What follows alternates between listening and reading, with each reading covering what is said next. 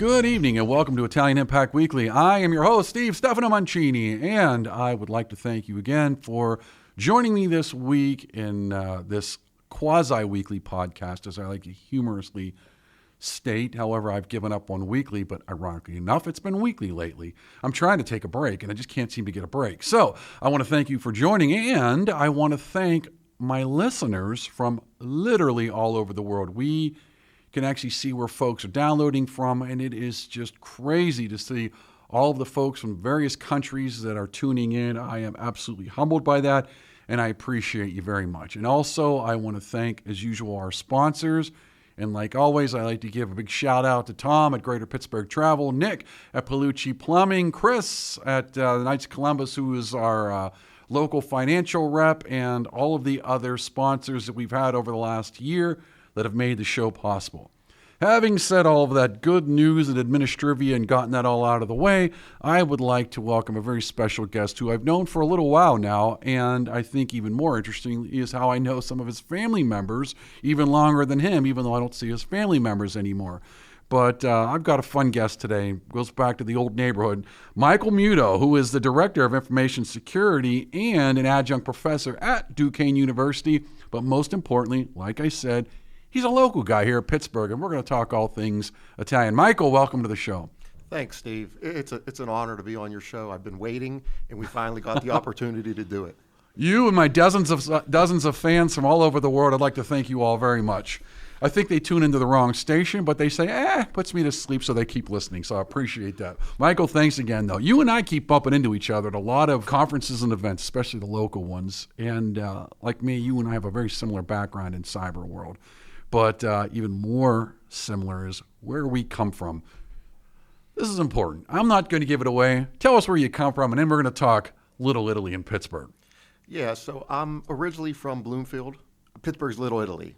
Everyone likes to call it that. I'm proud to be from there. When people ask me where I'm from, although I'm in Robinson Township now, I still say I'm from Bloomfield. You're in Robinson? I am in Robinson. For the folks that aren't from Pittsburgh and from all over the world, let's just say it's not too far from me, but go ahead. Yeah, unfortunately I'm in Robinson Township now, but if it was up to me, I'd still be in Bloomfield walking the streets. Well, you know, the irony that you say that is when my grandmother got sick and we put her in a home, we had to sell the house. And that's the house that had been in the family for almost 100 years at that point. And it is so tough to go back and see all these places and how many of the owners aren't there.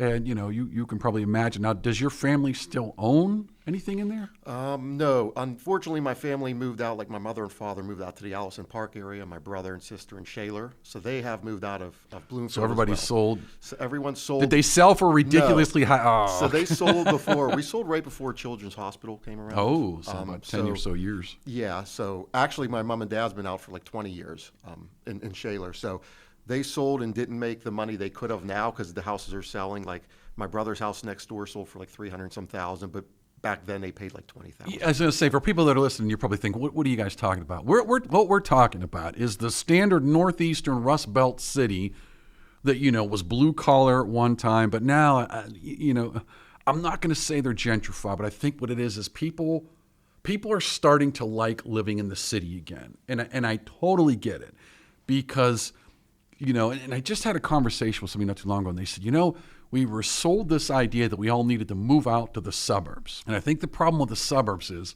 depending on where you live, you never really get to know your neighbors because oftentimes, you can't walk around.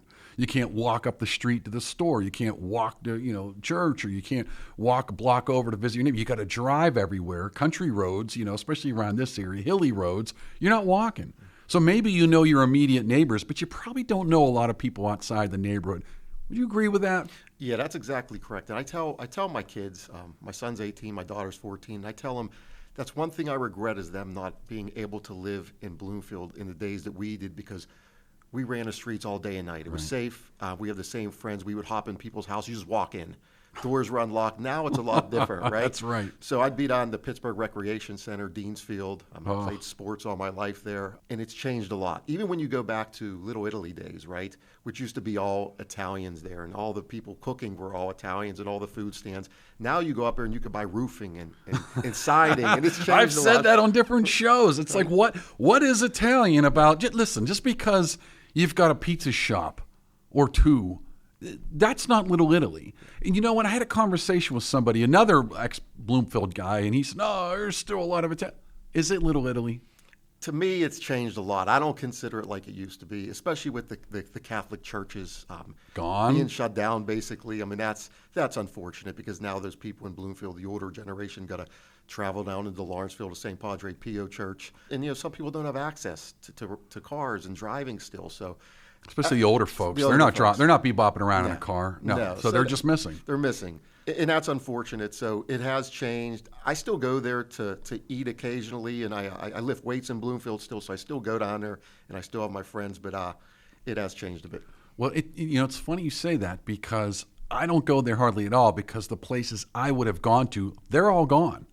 And the people I know, for the most part, they're all gone. And, you know, I don't want some Italian fusion food. You know what I mean? I want the 90-year-old lady in the back still, you know, making the meatballs fresh, you know, who learned from her mother, you know, who learned from her mother. I want that. I don't want, you know, it's funny. Every time people say, oh, you got to try this restaurant, it's a good Italian restaurant, I'm usually disappointed. Yeah. Because people, I don't think most people understand what good Italian food is. Now, I'm not in a time warp where it has to be from the old country from 100 years ago to be good Italian food. It could be newer food and be good, but it's not authentic in the sense that it's original. It might be okay, we've thrown sauce on it, or there's noodles in there, or it's Italian. Just something missing. Correct. I don't go there, tell you the truth, I don't go there to eat Italian food. I go there, there's a Thai place that I love Thai food. So just think of it that way. The irony, right? You know what I mean? There's no Dells anymore. There's no Alexanders. There's no D'Amicos. And Lombardozzi's. They're all gone. And that's where we grew up, having our baptisms, communions, confirmation parties. So, you know, a lot is lost from those places closing. And, you know, it's funny you mentioned the church because whether you're Catholic or not, and you listen to the show, whether you're an active Catholic, whether you're even Catholic at all, you know, the truth is that churches often became the central place. And you kind of said, there's always something there. There's a wedding there, I hate to say. There's a funeral there. There's a baptism there. There's a, you know, communion, whatever it is. And then what happens after that? You go to a local restaurant, and it becomes a point of, you know, that community. Mm-hmm. And when you take that away, and then now you don't have the place to go to have the community event anymore, which means now I'm not going to go to the restaurants that are in the area, because if I'm going to have to get married, you know, 20 miles away, I'm going to go over there and eat. And I don't think that people understand that communities need a central focal point. You know, how otherwise, what is communal about it? And, you know, I look back and it's just not there. It's not there. So now I see that in a lot of places. Now talk about, you know, if there was something that, you know, putting aside the restaurants and the churches, which is a big deal, what do you think made it special then? I think what made it special is all the families, like in grade school, I went to Immaculate Conception. I believe you did as well. I went to Central Catholic.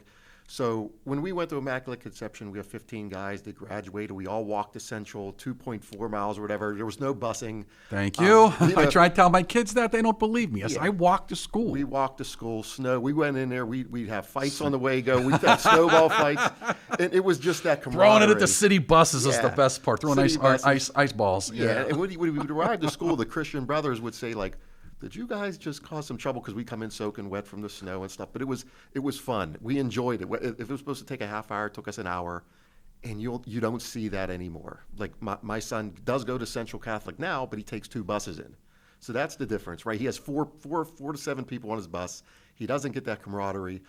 And that's what's missing. You know, Immaculate Conception was turned to St. Maria Goretti. That closed down. So there's no school in the area. I mean, I don't even know what the public school is in the area, yet alone the Catholic school. Mm-hmm. And I don't think people understand. Like, it's not about whether you're an active Catholic. It was about, because there were a lot of people that went to Immaculate Conception and Central that are not Catholic. Correct. You don't have to be Catholic. But again, it was just something that all the kids went to. You either went to Mac or you went to St. Joe's. Mm-hmm. And there was a little bit of a rivalry, and I always asked myself, where did all the kids go? Why were there, I mean, did the schools become so expensive?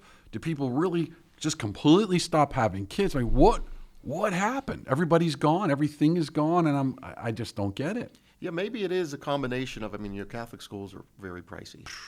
Central's a good dime. Central's more than some colleges. Exactly. So, you have to pay that if you send your kid to Central. Then you got to look to college. Like you said, it's just as much as some colleges, some state schools. So it could be that. And I know like people got sent from Bloomfield and Lawrenceville. They could attend like Sacred Heart, but it's not the same. You're not walking. You're not Right. getting that friendship. You're not. You became close with the parents. They welcomed you into their house. They cooked dinner for you. You hung out all hours of the night sitting on someone's front porch. Where do you see that now, Steve? Right. You don't Well, see it. I had somebody tell me a long time ago, and I never thought about it. They said air conditioning killed neighborhoods. And I thought, well, that's kind of crazy. Then you thought about it, and I'll tell you why.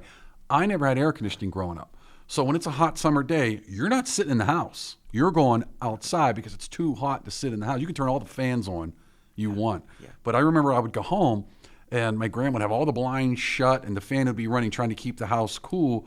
And them hot Pittsburgh August days where it's 90% humidity, 90 degrees outside, that ain't cutting it. So where are you at? You're outside. And when you walk up the street or something, what do you see? People sitting out on their porches talking. Hey, how you doing? People sitting in front of the neighbor's house.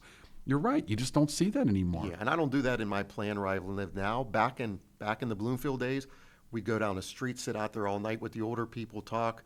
Just like you, what happened with me is I slept on my mom and dad's floor. We had just a one air conditioner in the window, and that was like, wow, it's so cold in here, right? Because every room was like 100. My brother slept upstairs like 120. He'd lose like 10 pounds every night. But I would sleep on the floor to get that air conditioning. There wasn't central air conditioning back in the day in Bloomfield, and your parents be cooking all day, and it'd be very hot. But just like you, I miss those days of sitting on a porch. So when we drive through Bloomfield, I tell my kids, like, here's where I lived. And they're like, you lived here? Like, it's almost like to ghetto to them, right? Because they're like, the row houses were now, And they're not all taken care of. And that's what blows me away. Is when people are paying to move into these neighborhoods. You're like, they paid what? Yeah, Where? right. I know the history of that street. Right. Yeah. But whatever, they're paying outrageous money to live back in there. But I guess the $64,000 question is, are they making it a community? And Yeah, and I go back and forth with that because I talk to people in Bloomfield still. What I'm seeing is a lot of younger couples who move from like the Boston, New York area. They come to Lawrenceville, Bloomfield. They buy these houses when we were growing up were dumps, but they're paying $300,000-$400,000 and they're redoing them all. And they like the fact that everything's close, right? So they might work in town, they walk or they ride the scooters down. And that's what we enjoyed. But is it the same Bloomfield community with the Italians? Absolutely not. Let's talk about the Italian experience. What do you remember growing up? I mean, when we were young, there were still a lot of that first generation or the zeroth generation, as some people call them, were still there. What do you remember about that? Well, just to give you a background, my father came from Cosenza, Calabria, so he came out. He's the zero generation. He's the zero generation. My mother's family's from Abruzzo, so they came over and they migrated. And they lived in Bloomfield. That was the standard thing, Abruzzo or Calabria. That's it. Right? They came and they moved to Bloomfield. They went to Immaculate Conception as well. And so what I remember is all my mom and dad's friends were all Italian growing up. Like up towards Friendship Park and West Penn Hospital, they were like the bigger Italian houses. But we were down like by the Bloomfield Bridge. Okay. So what I remember is just the camaraderie of mingling with the Italians, making their own. Like my grandfather, everyone made their own homemade cigarettes, right? Everything was from scratch, right? They didn't buy nothing out. We never really went out to dinner. Like if it was someone's birthday, it might have been a special day to go to dinner, but everything was cooked at home. Now we go out all the time, right? I mean, it's like that's funny. That is definitely one thing that's changed. People don't cook anymore. No, we ate at the dinner table. When my dad got home from work at 5 o'clock, we'd wait. We'd sit at the dinner table. I can tell you right now, with our hectic schedules, my wife's and my kids, we don't sit down and unfortunately eat at a certain time. Yeah. I'm guilty of that. But it was just talking to the people in the community, and everyone was cordial and friendly. There were no arguments. If it was arguments, it was over something stupid Italian, they'd be cussing, but the next day you're friends again. You know what I mean? It wasn't comparing. I didn't realize your dad was right off the boat. Yes, he's right off the boat. He came over when he was 12. No English. Oh. My grandparents, when they passed, never spoke an ounce of English. So I knew it back then a lot, but then I lost it. Did you pick up any Italian? I did back then. I used to spend a lot of time with my grandmother down her house, and she'd cook, when I'd come down, she'd make 3 pounds of pasta, 2 loaves of bread, and I was about 30 pounds back then, right? I said, I can't eat all this. But anyway, so I spent a lot of time with them, and I did know a pretty good Italian back then, but you do lose it. My dad speaks like a broken English, but he only speaks it now when he talks to like his uncle or his nephew and stuff like that. They don't speak it around the house anymore. Do you, it's a good one, but were you encouraged to learn it?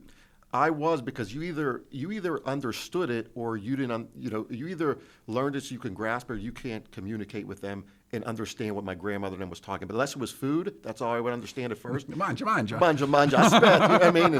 And they knew the swear words in Italian, but if you couldn't pick it up, then you were basically clueless. So the good news, though, because that's one of a recurring theme, is that a lot of Italian, certain generation, that mainly that before World War II generation, were discouraged from learning the language, and they were almost, around the World War II when they were being born, they weren't taught Italian. So your dad came over before or after the war? After. Okay, so then that was kind of after the discouraging, but there's still the the becoming assimilated. What about your kids? Are you encouraging them to learn it? You teaching them? Yeah, my son actually is really into it. And first he went on to Duolingo and started learning and started. Something. It's something. It really helped him. He's ingrained in the culture. He speaks it with my dad when I go over. He goes back and forth. And that's one thing that I'm doing as well, trying to learn it again so I could speak with he's still living, so I want to have those conversations. I say, I really got to go back and either take a class or do the Duolingo, because it still helps out. And so now I can communicate somewhat. It's still not to the point where they were, but that's nice to have. But I think in your case, if you were exposed at such a young age and knew a few words, it's a lot easier to pick it up. A funny story, when I went to Central, I actually studied German for 4 years. They didn't have Italian. And I did Spanish because there was no Italian. Exactly. Right? It was French, Spanish, Latin, or German, and Latin scared the crap out of me. I hated French. At Spanish at the time, you're like, what do I need to know Spanish for? If we only had hindsight. Right? Yeah. So the obvious choice, German. But it was funny because I never spoke it for years, and I remember it was probably about 10 plus years ago, I went to Germany, and it actually came back. I was actually I remember talking to one of the ladies who worked the market, and I was like, Viva Costa, and I was like throwing a little bit of German. And I think when you learn it at a young age, it's easier to come back than when you learn something new from scratch at an older age.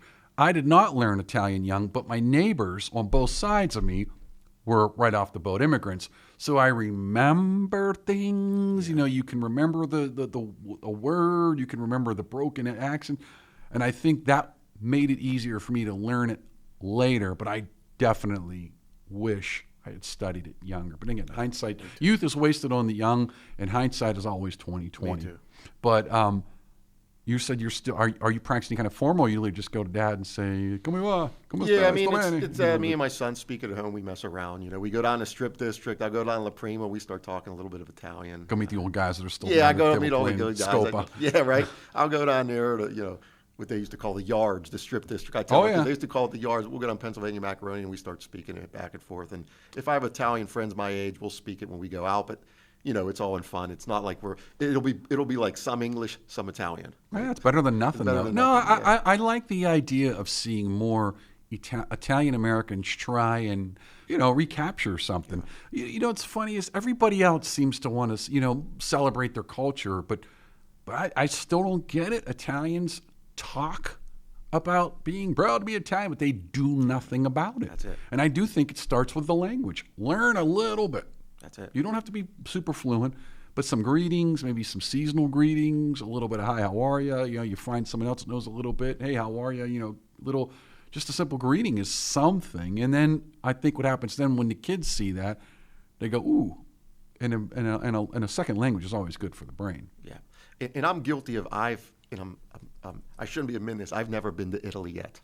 There's been a few times where we say end recording, Joe. Just cut this off. You could cut this, right? And every year we say we're going to do it. Something comes up, but that is, we say, me and my wife say bucket list, but I think it's going to happen a lot quicker within the next. Let me give you some advice. I have a fantastic travel agent right near you. And I wrote it all down because you told me this before. Tom at Greater Pittsburgh. And I am not just selling it because he is a sponsor, because he is a good guy and they do a phenomenal job. I can do it myself. I don't need him, but he does such a great job. I just have him take care of my bookings every year now. It's just like, Tom, I'm going to Rome, or Tom, I'm going to here, and he takes care of everything. And I mean, Tom, you're welcome. But again, it's that if you've never done it, you want to go to someone who says, listen, let me keep you out of trouble. Here's the touristy things to do that aren't going to be a waste of your time, and then tell me what else you're thinking, and he takes care of you. But I cannot emphasize this, especially your kids aren't that young, but they're not that old either. So it's still a fun family trip. When I went, it completely changed my opinion after going. And I think if people say, yeah, I kind of, I'm proud of this. When you go, a lot of things are going to click, especially you with your dad coming from the area. When you go see like, wow, he came from here and this is it. It's just different, And I want to do that. Like I said, fortunately my parents are still living. I want to do that so I could talk to my dad about seeing where he was born in Cosenza, and seeing his house because it is still there. Do you know a town in Cosenza? Like there is a town, but there's also a province. Like my grandma's from Mandatricio in the provincia di Cosenza, so it's the province, and then one of the towns is Cosenza. A lot of them are that. I think they're from that area, so I'd be curious what his town is. They always say like Lago Cosenza and stuff like that. So I'm like, I don't know, where it is exactly, right. But that's There's what your I next know. question. Ask him the actual town. It could be Cosenza, but it's most likely the province, which means what's the specific town? Yeah, when I do ask him questions about that, because he tells us some of that stuff, and my son loves it, so he does say just Cosenza, you know what I mean? And so maybe he doesn't want to confuse you. Yeah, he may it's don't a small want to confuse town. Yeah, right. Piccolo paese. Now, you said your mom is Abruzzo. Yeah. Do you know a town? Ataleta. Like everyone else. Yeah. Was she a member of the Ataleta Club? My grandmother helped run it for years when You're she was kidding. alive. Yeah, right over there in Bloomfield. So yeah. Wait, right behind my yard. Oh, that was your yard. Yeah, okay. When you were in the bocce courts, when you turned around, that's where I grew up at. Yeah. That's why I still remember that noisy noisy. banging those balls and the little wooden dump, clong, clong, and they'd be yelling, and the bottles clanking from all the beer and yelling all night. Yep. Oh, yeah. It's funny. When you're young, you're like, shut up. You're right. When you're older, you're like, it would be nice to appreciate the fun they were having. Yeah. Talk to me about some of the other things you remember traditional-wise from your young. Besides, like I said, my grandparents being around, my friends that were, a lot of us were Italians. I do remember just walking and eating at those restaurants that are now no longer there. Not too many communities you see that at anymore. I mean, I know Lawrenceville's the up and coming, but it's more like not my type of place. You know what I mean? It's just. Well, it's kind of like what. There's a difference between just being a bunch of businesses that are lively versus having a culture. Mm-hmm. And I think, to me, cultures are more organic. Like when they started coming over there especially from the same town, like when you said Adelaide, a lot of them came from Adelaide. That was like they were neighbors over there. Now they came over here, they're neighbors again. And but they weren't in Italy anymore. So now you got to bond a little closer. So you form tighter relationships as a result of, okay, we're all together in this kind of strange place and we're going to make a community because it's just more natural. I don't think you do that artificially. I think it has to happen. Something has to force the community to bond. Yeah. And even with the grocery stores, the Donatellis of the world are no longer there. The old groceria, because the new one's not like the old one. I mean, but there is something there. There is something there, but you used to be able to go in for $2-3, get a meatball sandwich, a good lunch, and now everything's, not Donatelli clothes, and you got to go somewhere like Labriola somewhere else, or you know what I mean? Right. So you got to travel. We're giving a lot of free publicity here for a lot of these places. Right? Unfortunately, most of them are closed. But yeah, no, you're right. I mean, like my parents, if they were still living there, they'd be driving to Labriola's in Aspinall or something like that, or finding one of those, doing it to DeLuca's or something like that. Right. So those are the places that are no longer there. So that's what I remember, and it's quite sad. I wish my two kids could have lived there for a little bit of time. It's funny because everyone wants authentic, food, and those little grocerias were probably the best place to go and get original, authentic, not 10,000 preservative food. That's what I couldn't understand why those places couldn't survive. Now I think Donatelli's was. I think he just retired. I think it was maybe they had it for so long. Maybe the brothers who were running it at the time, maybe they couldn't sustain it. It was just time. Yeah, they wanted to enjoy their life. I mean, when is the right time to retire? Like my dad just retired probably about like a year ago, and then he's ran into a lot of health issues right now because it's your identity. For some of these Italian, that's all they do is work. And that's how I learned. My work ethic come from that. Like, I don't stop, Steve. Like, I'm a maniac. I'm sure you probably are too. Like, I can do my job. Multiple jobs. Jobs. I can teach. I own properties. Like, I want passive income. I want to, and people don't understand, like, how do you work so hard? And I try to, the guilty part is I try to spend as much time with my family. I feel guilty at times because I have that work ethic and you never stop. And you don't see that as much in today's society. Even my son, they play a lot of video games or on social media. I'm like, get off of that stuff. Like, Go you know, for a you could walk. go for a walk, find something. You know, we had the video games back in it, but we were out running the streets. You know, we were running around playing basketball, baseball hours of the night. That's the stuff I miss, but I could tell you the work ethic that was ingrained, you know, instilled in me, you don't find that as much anymore. You know, it's funny because that's the one thing I reflect on personally, and I say, where the heck did I get my work ethic? I've always had it. Like, I started delivering papers when I was 11 years old, and it's 7 days. People say, oh, paper. Hey, back then it was 7 days. It's 7 days a week. You know, 365 days a year. I think we got, there was about 3 holidays off. I got about 3 holidays off. But rain, snow, 90 degrees, you're loading up that cart and you're walking your blocks, and, you know, you're every day. So you just did it. Sunday morning, before everybody gets up, you're out delivering Sunday paper. When people wake up, like, how do you think that paper used to get on your front step? It was somebody like me, a kid running around doing it. And I guess through that and seeing your neighbors constantly working and everybody's constantly working, it just gets ingrained. And then you're right, you can't just turn it off. You can't turn it off. I started at 8 years old working at the Immaculate Conception Bingos on Wednesday nights. As a pop boy, I'd come out making $30 cash for 2 hours, $15 an hour. Where are you going to make that when you're 8 years old, right? In early 1980s. Then I took on the job of, I had the West Penn Hospital. I was the paper boy at West Penn Hospital. Oh. So I did the whole hospital. I did Saturday nights at St. Joseph's outside after the Saturday night mass. We had no social life, did we? We had no social life. And then at an early age, my cousin and my uncle owned Napoli's in Squirrel Hill on Murray Avenue. They owned that for years, and I worked like a dog there. I mean, every Friday, Saturday, Sunday, I had no free time. I didn't enjoy the proms and all that stuff. I didn't need to. And people say, you're crazy. I said, I'm making money, right? My dad taught me to do this. Am I really missing out on stuff? Because when I went to buy my first home, you could pay a lot of money in cash from saving all that money and putting it under your mattress. No, that's exactly right. In fact, when I went off to the Navy, I just turned 18, and I didn't have a crazy amount of money, but I bet I had a lot more than a lot of adults out there just from working and saving. So I just put it away. Yeah, if I wanted to buy a new pair of shoes or go out to dinner myself, I can do it, right? And people would be saying, I don't have the money for this, I don't have the money for that. If something new came out, I could do it. When I was 16, I got a brand new vehicle. I know, it's ironic, because in hindsight, I think about that, I'm like, back then, that wasn't bad money at all. No. We had saved up probably, because I was the same way. I saved. I didn't buy anything. I didn't, I really didn't spend my money. And the funny thing is in a weird way, I still don't. I would say my biggest, if I had one thing I probably don't need to do, is I probably eat out too much. Yeah. But I mean, if that's like kind of like one of these, well, if that's the worst vice you got, that could be, you could do other things to waste your money, Yeah. Like the old casino. Been there a few times, and I assure you folks, you're not going to win. No, you're not going to win. I go there for technology events at the casino, even a new one. But I don't spend my money. I go there for the technology. Me too. Technology at the table, I call it. I want to make sure that the shuffler's working. Yeah. I'm too cheap to spend my money at the tables. No, I wish I were. There are times, but let's talk a little bit more. About let's kind of go back in time. Growing up then, and you're trying to infuse the Italian American experience culture into your kids. You're trying to teach them a little bit of the language.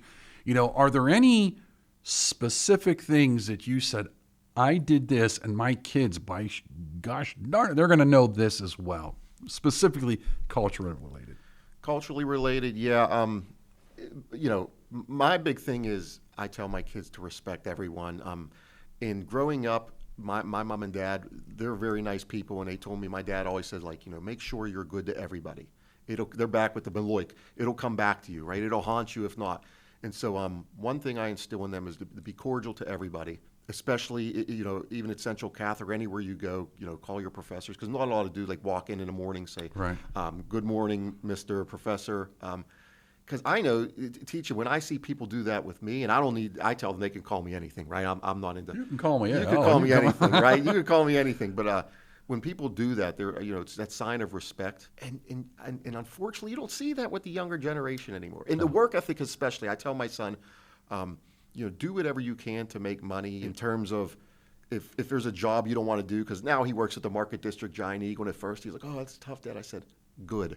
I said, it should be a little bit tough, because if not, everyone would be doing it. They want the hours. I said, you think this is hard? Wait till you get onto real world, right? Well, that's funny you say that, because I try to say that a lot of, especially because, I've been teaching here now at Robert Morse, and, anything worth having is going to be hard to get. It'll be hard.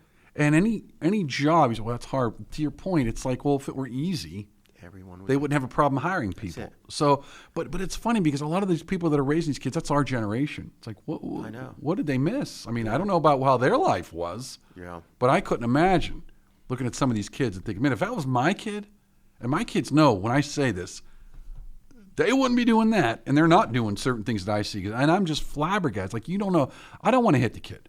No. I want to hit their parents.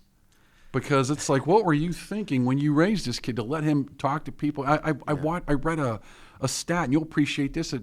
They said something like 19% of kids are bringing their parents to their job interviews now. Oh, that's crazy. That's insane. That's insane. Yeah, it should be zero. And if you're a parent, you should be like, what? Yeah.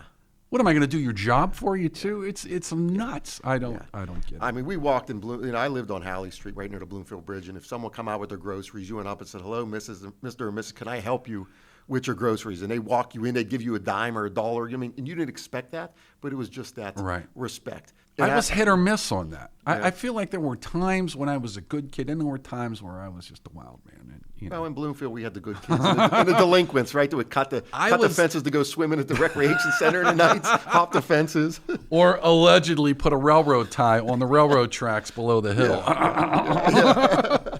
Just to see what would happen.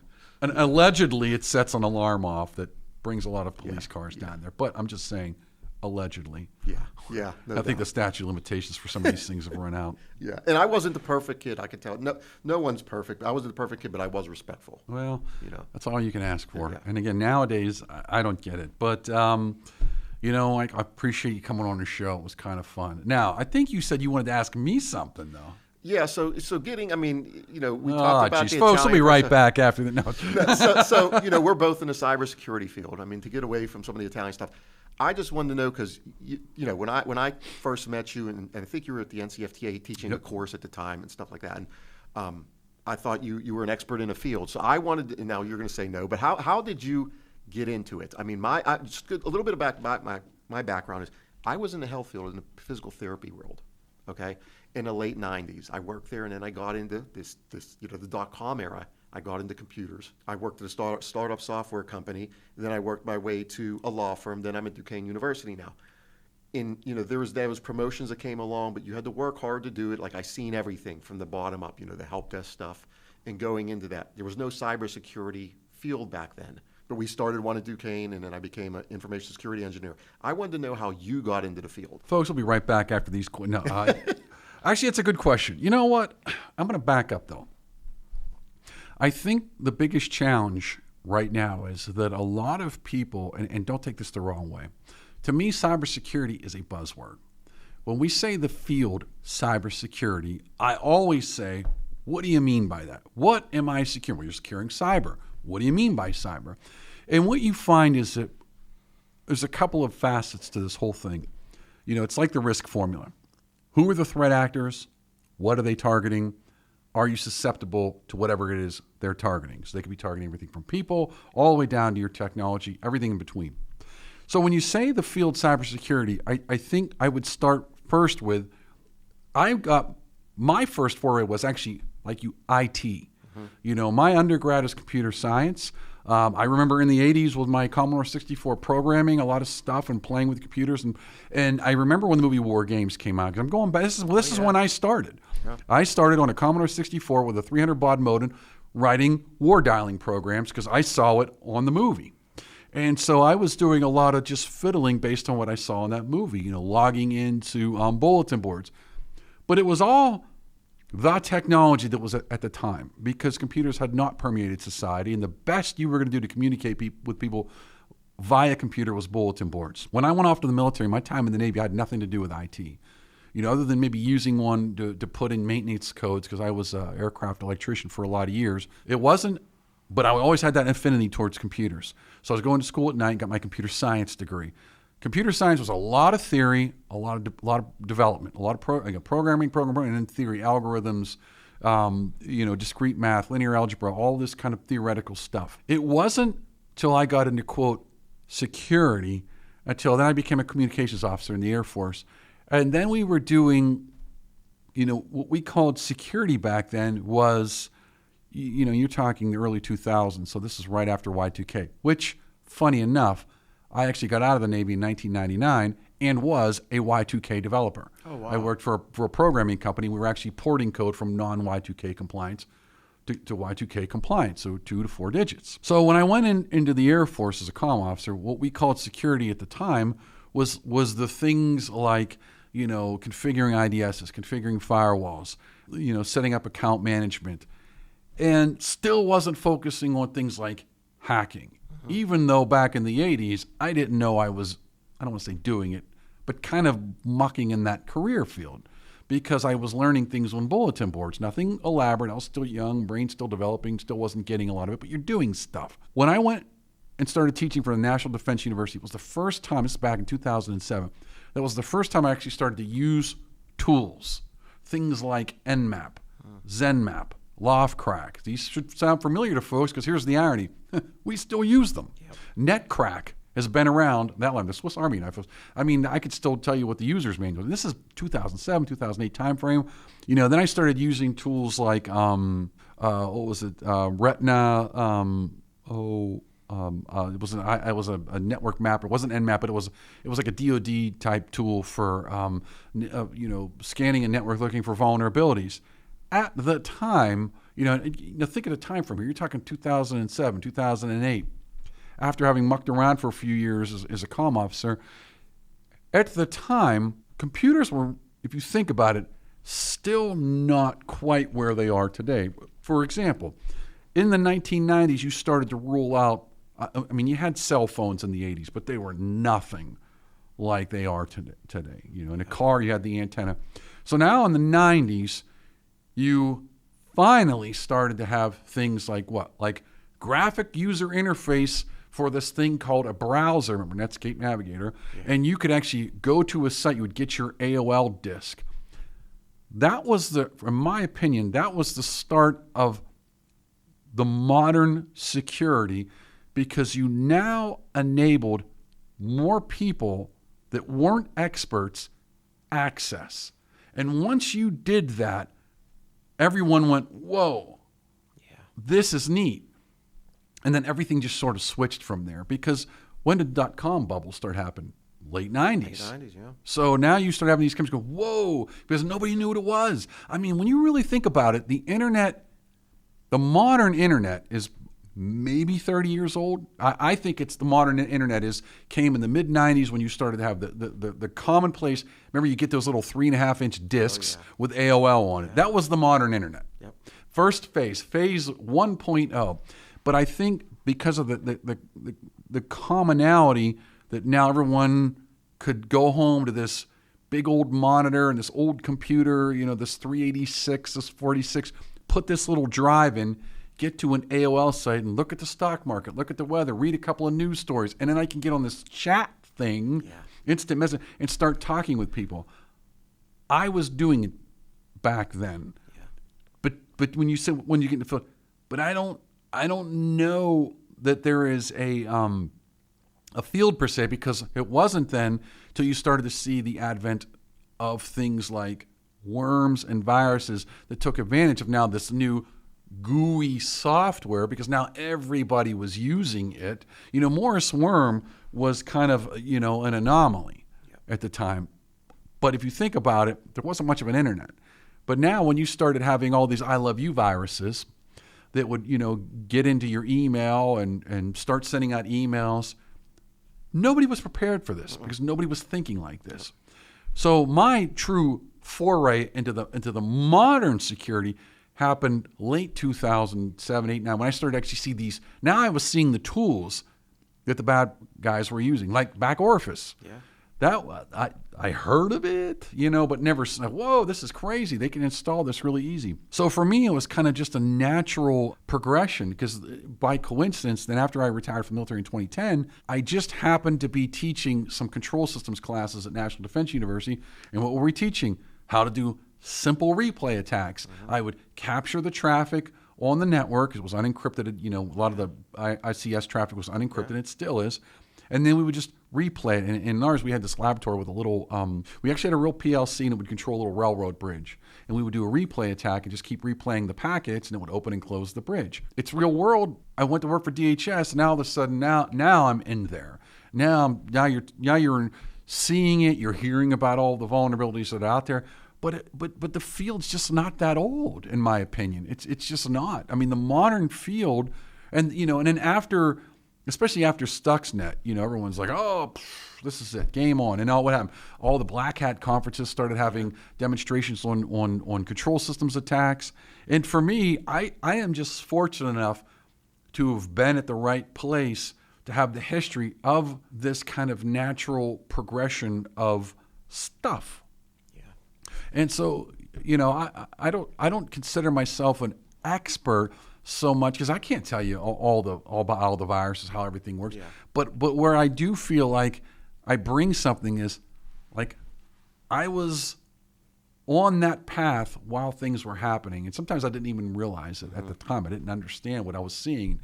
And then later on, you're like, oh, I remember that. Oh, my God, that's what that was, And so, I'm not formally trained in anything. It's just been over the years. Over the years. And like the students me and you both teach today, I'm sure they don't know, because when I talk about, modems and AOL and dialing up, they don't know that stuff. And I got to go back and I go, oh, these kids are like 20 years old, right? So they haven't been through that like we have. Right. And they're looking, but I think the problem is everyone's looking for, I'm going to get a cyber degree, so I'm going to learn something that's called cybersecurity. And it's like, no. In my humble opinion, cybersecurity is ultimately, for every IT function out there, it is the means that you ensure that IT function is not abused. Correct. So when you say I want to be a cyber, and students say this all the time, say I want to get into cybersecurity. Say, okay, well, what do you want to do? Yeah. And they go, well, what do you mean? I want to be cybersecurity. What do you want to do? Yeah. Do you want to be a malware analyst? Do you want to analyze network forensics? Do you want to work on social engineering and training? Do you want to write policy? There's all of these different subsets of this. But I think once the vendors hijack these words, what's the current word now? AI. Once they hijack this word, because we've got to get into AI. Okay, to do what? Yeah. Do you want little chat bots? Do you want robotics? Do you want improved, algorithms on your autonomous vehicle? What do you want specifically? Yeah. Because they're not all the same. And I think I've just been fortunate enough to be in this IT/security of IT field for a long time, that I've got history. And I think that what makes me be able to go to a conference somewhere and talk about something, because, I'm not saying I did it, but I'm saying I remember one that happened real time. And that gave me some credibility, for if nothing else. Great. Thanks for answering that one. I do have another question. So if If I was going to Italy and I'm booking it all through Joe, right? That's your buddy, right? Tom. See, Joe's the engineer. Joe's the engineer. Tom, if I'm booking through you, I want Stefano Mancini to tell me where to go besides Cosenza, because I'm going to go there because of my dad. But where else would you? I'll tell you what. I'm going to give you the most cliche answer, but it's the truest thing. You got to go to the Eternal City. You got to go to Rome. And if it's your first time in Italy, and I would tell everyone this, if it's your first time in Italy, you can't not go to Rome and go see the Vatican, go see the Colosseum, go walk around the Forum there. You go see the standard things. And then what you do is you take a day trip up to Florence. You go see the Duomo. You go to the museum up there. You climb up the mountain and you look out over beautiful Florence. And yes, that's a day trip to see some of that. And you go to the leather shops. You come back to Rome. Then you take another day trip. You jump on the boat and you get down to Pompeii, because they're not too far away. The nice thing about Italy is high-speed trains. They get you there in an hour or two to most places in that kind of general area. But if I'm you, I'm landing in Rome. I'm seeing Rome for a couple of days. I'm shooting up to Florence for a day. I'm shooting down to Pompeii for a day. And then maybe, since family's from Adelaide, I'm taking a shot into Abruzzo, because it's only a few hours from Rome. Okay. So that's what I'm doing for a week plus. And you know what the irony is? And I cannot emphasize this. You don't need to be independently wealthy to do these things. A lot of people get intimidated. No, it's not $300. Yeah, you're going to spending in the thousands, but you don't got to spend tens of thousands of dollars. You think a couple of tickets, share a hotel room or two. You can find good bargains, especially depending on what time of year you want to go, and stay away from the tourist places. And it's not an expensive vacation. Yeah, that's great advice. I have one more question. Talk to me, Goose. That's for our 80s listeners. Yeah, the Goose. So me and you are both, I could tell you're high-strung like me, right? We're cut from a different cloth. Yeah, we're cut from a different cloth, being old-school Italians. You're doing the podcast. You're teaching here. You're full-time now, right? Yep. You were at the I left the government and I came full-time. You left it for good, so now you're... do you get that itch again, like in 5 years from now?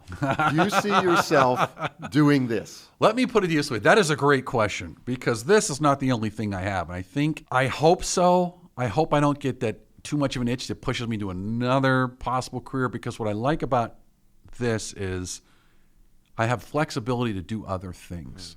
And that was the one big reason why I left government. Government pays great. Listen, nobody is going to pay you more money to do less work than the federal government. That's the truth. And I've been there, so nobody can argue with me. Like, hey, I've been there. If you've been there, you understand exactly what I'm talking about. But there's a price to be paid for that. And part of that price is you lose some freedoms. Yeah. So I enjoy having some freedom to say, you know what, I'm going to go film a documentary. I'm going to go do this. I'm going to go fly to Italy. And I don't have to check in with Big Brother, and see, can I go here for, hey, it's summer, I'm off, I'm teaching 2 classes, say on live, for example. I'm going to fly there and I'm going to stay a couple of weeks. There's no Big Brother. And that's worth the price of admission, as I like to say. Yeah, because I go back and forth, I like to be immersed in a lot of stuff. So whether it's owning properties or teaching or working full-time jobs, because back in the day, the old school times be like, get a job and get a good pension and work 50 years, right? That's right. Do that the rest of your life. Me, I don't know. You get to that point where, can you, I can't sit still. I can't sit still. So like, can I do this stuff forever? I don't know. But then I keep that stuff in the background, because like, you're full time now. I think of myself down the road I have a passion for teaching. I really enjoy it. So I could see myself doing something like that. I'll tell you why it's easier to do that, because if you teach and you do it right, you're constantly learning and you're constantly challenging your brain. I think that was the biggest thing, especially about the government. The government is just, you become mush. Yeah. And I don't care what anybody, we can have this, again, if you're a government employee and I'm offending you, we'll go have a pint of ale or a coffee, and you'll know exactly what I mean. But there stops becoming a mental challenge. You just get into the, you're almost digging a mental ditch, and it's just boring. Yeah. The thing about, especially in our career field, is you can constantly learn something new and be fresh. Exactly. Whether it's going to conferences and, they're doing that, or, some new discovery, or you can learn a new language, you can muck around with some new tools. There's always something that you can do, and that keeping fresh is what keeps you interesting. I think that's what keeps you engaged. I'm not capable of digging the mental ditch. I can't do it. Can't do it. Yeah, I always say, like, I hate being comfortable. If I'm not being uncomfortable almost every day when I'm at work, at work, then I'm in the wrong profession. Well, that's right. Or the wrong field. Because if I'm not learning, like, I don't want to be some guy that just retires from a job. Like, I need to How many people keel over a couple of years after they retire? Yeah. Because there's no self-worth, and they've got nothing, and they have no purpose, and I think your body just shuts down. My old mentor and friend, Joe D'Andrea, passed away. He's 94 years old, and I still remember him telling me, I said, Joe, how do you do it? And he said, every day, I wake up and I try to ask myself, what can I learn today? And I thought, man, that's it. Wake up and say, all right, what's today's challenge? I think that keeps you young and keeps you moving. So, folks, we're going to be right back after we pay the bills. Thanks to Greater Pittsburgh Travel. For any of your travel needs, let Tom and the team at Greater Pittsburgh Travel know, and they'll take care of you.